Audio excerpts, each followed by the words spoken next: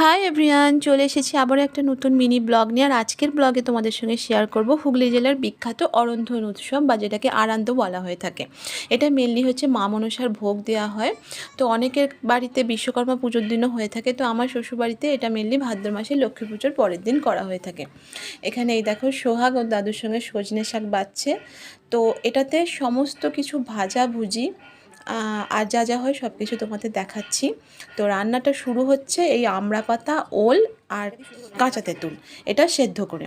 তারপর সজনে শাক ভাজা, আলু ভাজা, বেগুন ভাজা, পটল ভাজা, উচ্ছে ভাজা, নারকেল ভাজা, আরও যা যা সবজি আছে সমস্ত কিছু ভাজাভুজি হয়। তার সঙ্গে পোস্ত ভাজা হয়।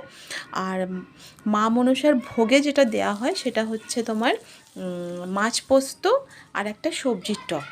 দাঁড়াও, ভিডিওটা দেখতে থাকো, আমি বলছি, তাহলে তোমরা বুঝতে পারবে। এখানে সমস্ত ভাজাভুজি অলরেডি হয়ে গেছে। আর হয় মুসুর ডাল, এই যে দেখতেই পাচ্ছ।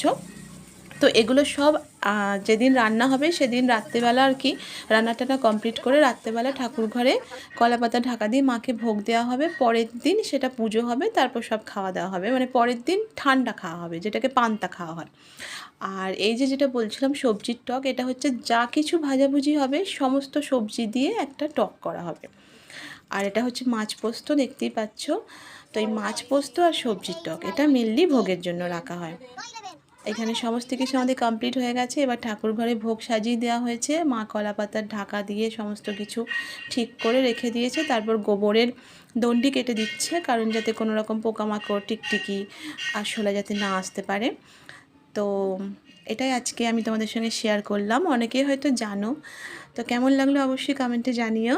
দেখা হবে খুব শিগগিরই আর একটা নতুন ভিডিও।